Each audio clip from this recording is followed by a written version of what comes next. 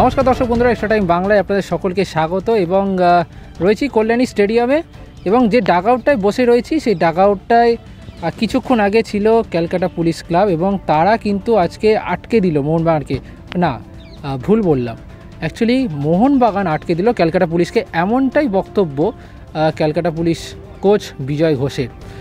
তা সেই বক্তব্য আমরা শুনবো মোহনবাগান কোচ ডেগি কার্ডোজো তার বক্তব্য। কিন্তু যদি ম্যাচটা নিয়ে আমরা বলি তাহলে একটা বিশেষ বিষয়, সেটা হলো ক্যালকাটা পুলিশ তারা লিগ টেবিলে প্রথম তিনের মধ্যেই ছিল, অন্যদিকে মোহনবাগান কিছুটা নিচের দিকে ছিল। এই অবস্থায় ম্যাচটা শুরু হয়েছিল এবং প্রথমেই সুহেল ভাটের গোলে কিন্তু মোহনবাগান এগিয়ে যায়। এরপর পেনাল্টি পায় মোহনবাগান, কিন্তু ফারদিন আলী মোল্লা সেই শটটি মিস করেন বলা ভুল, তার শটটি বাঁচিয়ে নেন মহিদুল কয়াল পুলিশের গোলকিপার।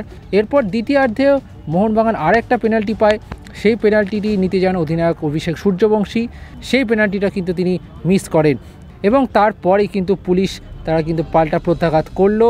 ম্যাচের দ্বিতীয়ার্ধে রবি দাসের গোলে কিন্তু পুলিশ সমতা ফেরার দুর্দান্ত গোল করেন রবি দাস এবং এর জেরে ম্যাচটা কিন্তু ড্র হয়ে গেল। যদিও দ্বিতীয়ার্ধে অতিরিক্ত সময় দুজন লাল কার্ড দেখেন, পুলিশের তসিফ তিনি লাল কার্ড দেখেন এবং অন্যদিকে মোহনবাগানের অধিনায়ক অভিষেক সূর্যবংশী তিনি লাল কার্ড দেখেন।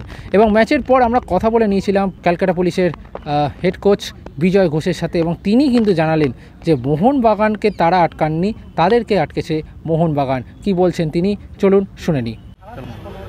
মোহনবাগানকে আজকে আটকে দিলেন, লিটারালি কি বলবেন? আচ্ছা, আমি যদি উল্টে বলি, মোহনবাগান আমার থেকে 2 পয়েন্ট কেড়ে নিল, আমার 3 পয়েন্টের খেলা ছিল। আজকে তো লিগ টপে যাওয়ার একটা চান্স ছিল, যদি গোলগুলো একটু হতো। হ্যাঁ, সেটা ছিল, ওটা এই নিয়েই খেলা হয়েছে, কিন্তু এখন তাও আমরা টপ 3তেই আছি।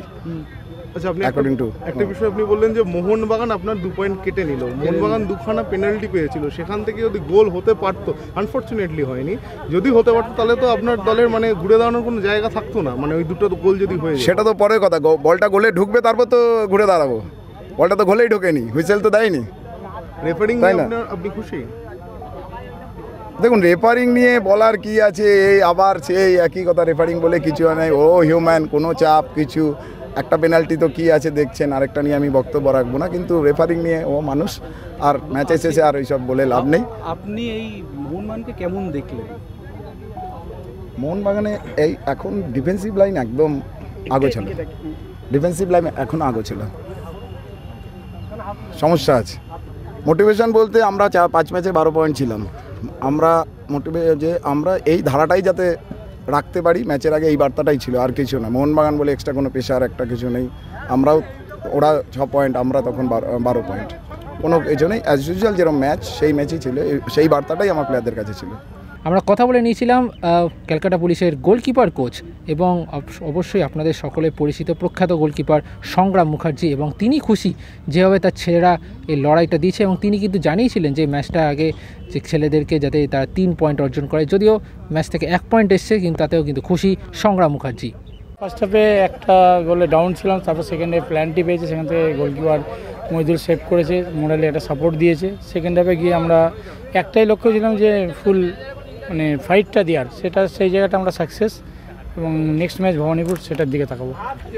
শোনো, আমাদের মোহনবাগান আমি জানি, আমি নিজে খেলেছি, বড় টিম, নো ডাউট রেসপেক্ট করি, কিন্তু যখন আমি পুলিশের হয়ে কাজ করছি আমি সবাইকে বলেছিলাম মানে 3 পয়েন্টের জন্যই যাব, কারণ আমি অলরেডি খেলা দেখেছি মোহনবাগানে, সেহেতু আমার কনফিডেন্স ছিল যে 1 পয়েন্টও পাবো। Extra time.